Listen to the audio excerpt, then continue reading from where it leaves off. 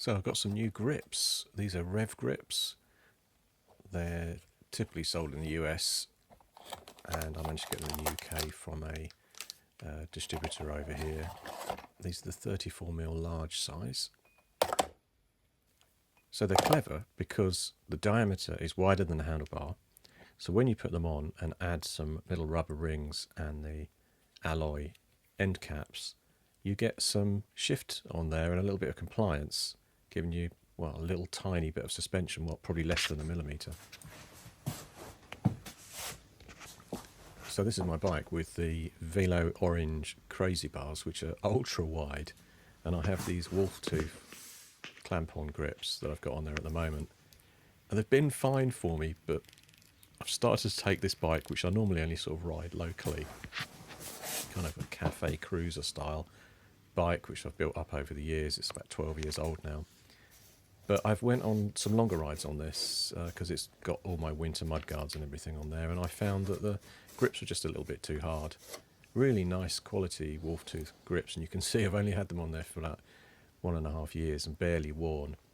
But yeah, decided to put these on to give me some extra compliance on longer trips. So just put on loose there, you can see how much space you've got. I don't know if that's a millimetre or 1.5 mils, maybe 2 mils even overall. I don't know what it is specifically, but it gives you that room to move there, which once all put together properly is a little tiny little bit of compliance and suspension on the grip.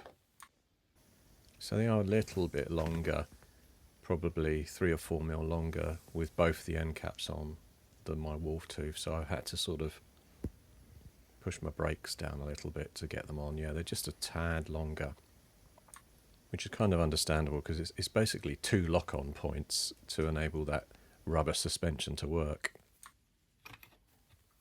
So you're going to have 4 of these to put on, 2 for each grip, and you can see that little indents there, 4 indents are where the rubber suspension, rubber piece goes in, and also in the box of the bar end plugs. Nicely made, pretty simple really. Nice little alloy end, rather than this Hope one which just had a nut on the end. The RevGrip ones do have like a whole plate that looks like they've had that made out of aluminium, but they are a little bit smaller, but I think that's because they just fit neatly within those orange locking end pieces. So that's called the suspension insert ring, and that's the rubbery suspension piece that's going to give you that compliance when it's in there. There's another piece that's of interest here, that little washer, and you can add those to add even more compliance, because the more spacing with those washers, the more compliance you get. And there I'm just lining up. It's not very easy to do with one hand. I was filming with the camera in hand, so just showing you how it slides over. It's a lot easier when you've got 2 hands. Bing, it's on. So there you go. Once I got 2 hands to the matter, I was away. Also, it recommends that you put that bolt in first of all when you're working at this stage, so that you're not having to worry about fussing around once you put it together.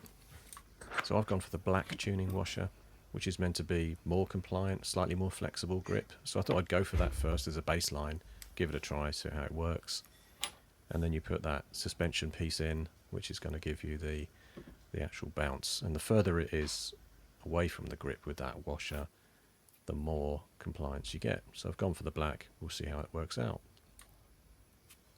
Just to show you here that when you're putting these on, they have a tendency to bounce off again, which is why this is just putting the bolts in and getting it all ready just so that things stay together. But I found just a little bit of pressure there and wiggled it on, and it was fine, and you can sort of take it on and off while you're mounting it on the bike. So that's one end done. I just need to repeat that 3 more times for the other sides. There's one complete, both the ends on, bolts in, everything ready to go. I mean, really it was sort of 10-15 minutes, just read the instructions and put it together. So first test fit, and I discover that I kind of already knew it was a little bit longer than the previous grip, so got to do some adjustments by loosening my brake there, pushing everything down a little bit. So minor adjustments completed, and I've also got the bar end screwed in. Tightened up the two locking areas, and you can see you can get a little bit of a rev out of it. That's why they're called RevGrips, because you can sort of pull back. Not that you'll be doing that revving, that's just a demonstration of the bit of compliance that you're getting.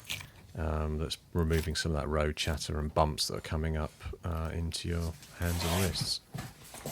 So I've been out on them now, really enjoyed the ride, felt really comfortable.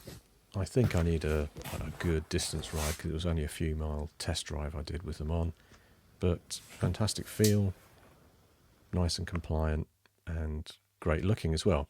Mind you, I had them hidden away in my pogies, which are these winter warmer gloves. So I've got a quick couple of photos of them in action. But yeah, they're tucked away at the moment inside those gloves, so you can't see the sort of bright grip and gold trim. It's a really comfortable ride, and that's what I was looking for on my bike. It's kind of a winter bike that I ride to local cafes for a drink and social rides as well. So comfort's the main thing for me, and it was a great fit and feel. That is the end of this broadcast.